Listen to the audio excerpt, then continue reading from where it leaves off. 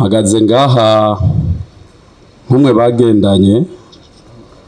ariko sinokwibeshera ngo twagendanye umwanya munini kuko jewe twamenyanye mu 2013 duhujwe n'ibikorwa nari njejwe ico gihe nawe n'imirimo yakora kuko yaraje kugira couverture médiatique y'inkino nariko ndarongora ico gihe aza yashitse ashwashwanutse nyene kujya yari ameze ashika abaza ati ninde ni araba ivyo ibintu tuje gukora baca bamwereka jewe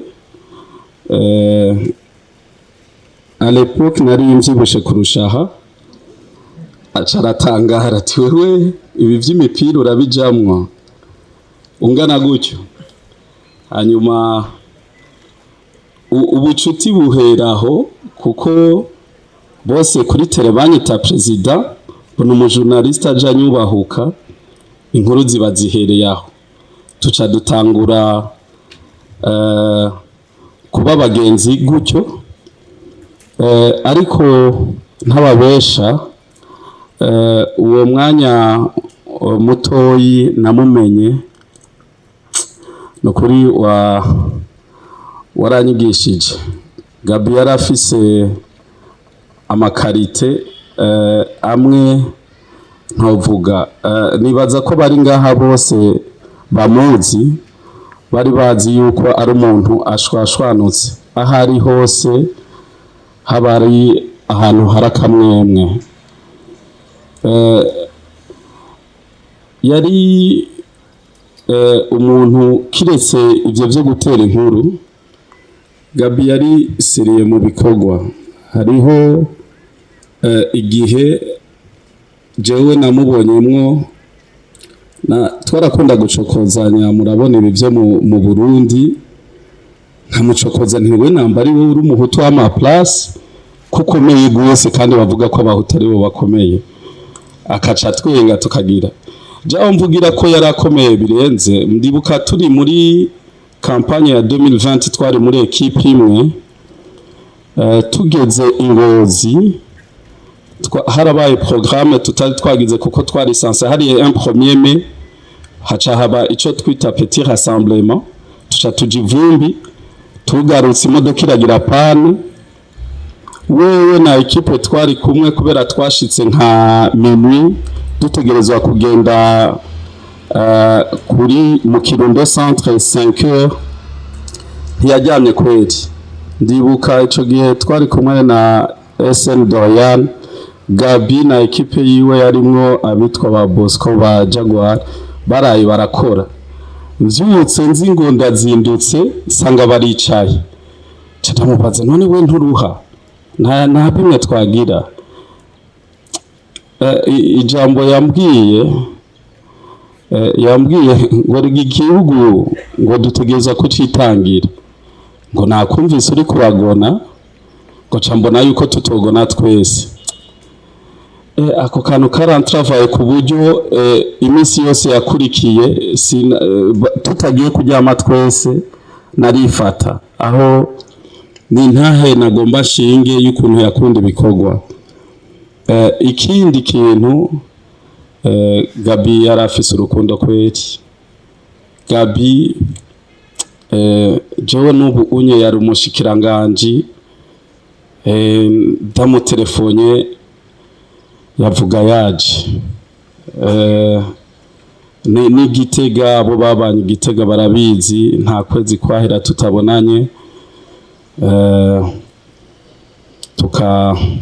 tugatera inkuru nyene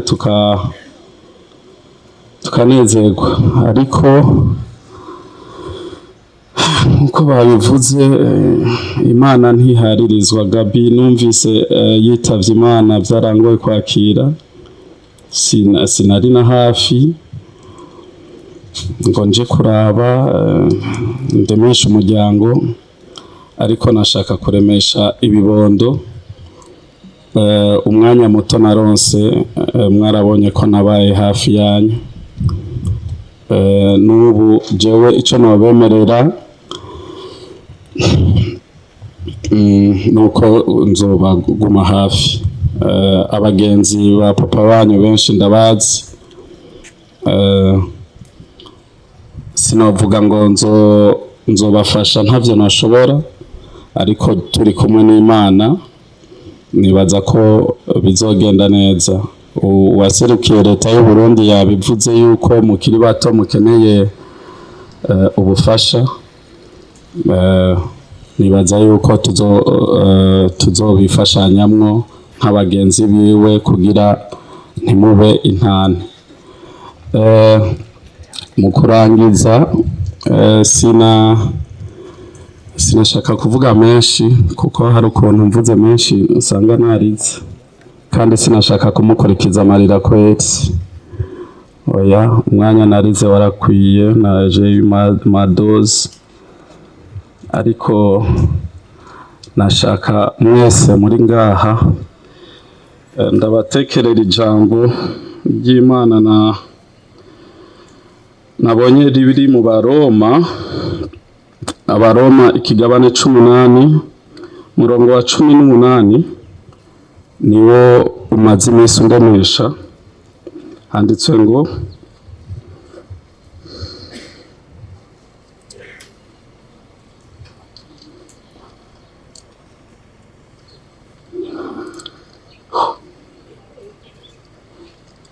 niyumvira yuko imibabaro y'iki gihe idakwiye kugereranywa